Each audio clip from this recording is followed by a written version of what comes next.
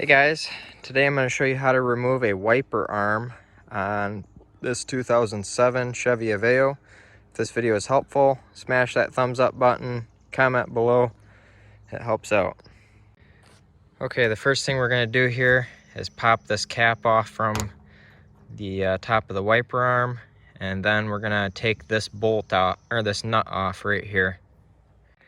Alright, what I do at this point is I get some kind of wedge and slide it under here, which pushes the arm out or back up towards you. And then I take a hammer or something and tap this post right here. What you can do is take like an extension or something, some kind of thing like this, and set it on there. That way you're not smashing the actual post with the hammer.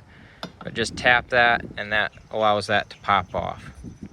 All right, there you go. So once you get it to where you've tapped on it a second, what you want to do is just kind of go like this, and you can just kind of wiggle it and pull it off.